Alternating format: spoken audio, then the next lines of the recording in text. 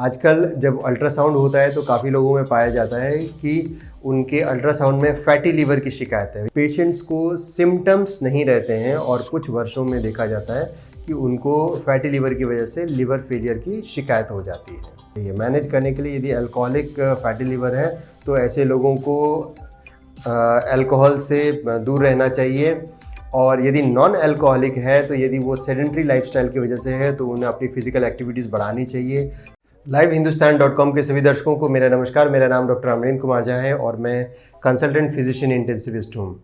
आजकल जब अल्ट्रासाउंड होता है तो काफ़ी लोगों में पाया जाता है कि उनके अल्ट्रासाउंड में फैटी लीवर की शिकायत है। ये फैटी लीवर है, इसके अलग अलग ग्रेड्स हैं, लेकिन फैटी लीवर का मतलब है कि उनके जो लिवर में है फैट के डिपॉजिट्स हो गए होते हैं, और यदि ये डिपॉजिट्स बढ़ते जाते हैं तो फिर ये लिवर फेलियर की तरफ, लिवर सिरोसिस की तरफ कन्वर्ट हो सकते हैं और हिपेटोसेल्युलर कार्सिनोमा की तरफ भी कन्वर्ट हो सकते हैं।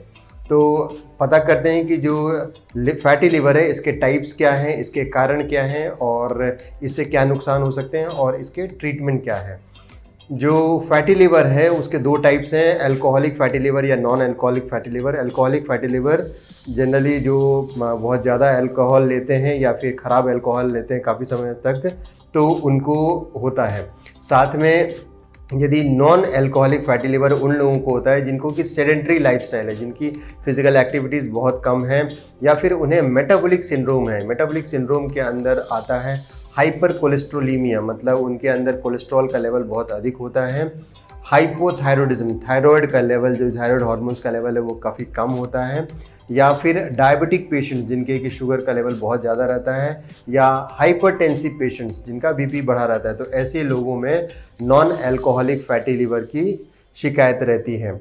ये जो फैटी लिवर या नॉन अल्कोहलिक फैटी लिवर है, यदि इसको ध्यान नहीं दिया जाए तो ये प्रोग्रेस करके लिवर सिरोसिस हो सकता है। तो ये भी देखा गया है कि बहुत टाइम जो यदि 4 लोगों का अल्ट्रासाउंड हो रहा है और यदि वो 35 के अबव हैं तो देखा जाता है कि हर 4 लोगों के अल्ट्रासाउंड में से एक में फैटी लिवर है। तो ये अल्कोहलिक या non alcoholic fatty liver common बहुत है, और यदि कुछ वर्षों तक इसको ध्यान नहीं दिया गया तो ये फिर दिक्कत में या लिवर फेलियर में कन्वर्ट हो सकता है। इसको यदि आपको मैनेज करना है तो क्या करना चाहिए? मैनेज करने के लिए यदि अल्कोहलिक फैटी लिवर है तो ऐसे लोगों को अल्कोहल से दूर रहना चाहिए, और यदि नॉन अल्कोहलिक है तो यदि वो सेडेंट्री लाइफस्टाइल की वजह से है तो उन्हें अपनी फिजिकल एक्टिविटीज़ बढ़ानी चाहिए।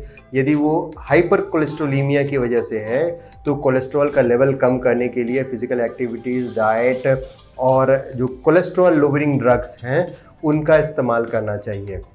यदि डायबिटिक पेशेंट्स हैं तो फिर वही फिज़िकल एक्टिविटीज़, डाइट और जो ग्लूकोज कम करने की जो दवाई होती है और इंसुलिन के माध्यम से इसको कम किया जाता है। यदि उनको हाइपोथायरॉयडिज्म की शिकायत है तो थायराइड के हार्मोन्स के सप्लीमेंट्स उन्हें मिलते हैं कुछ वर्षों तक, तो धीरे धीरे वो जो फैटी लिवर है वो आगे प्रोग्रेस नहीं होता है।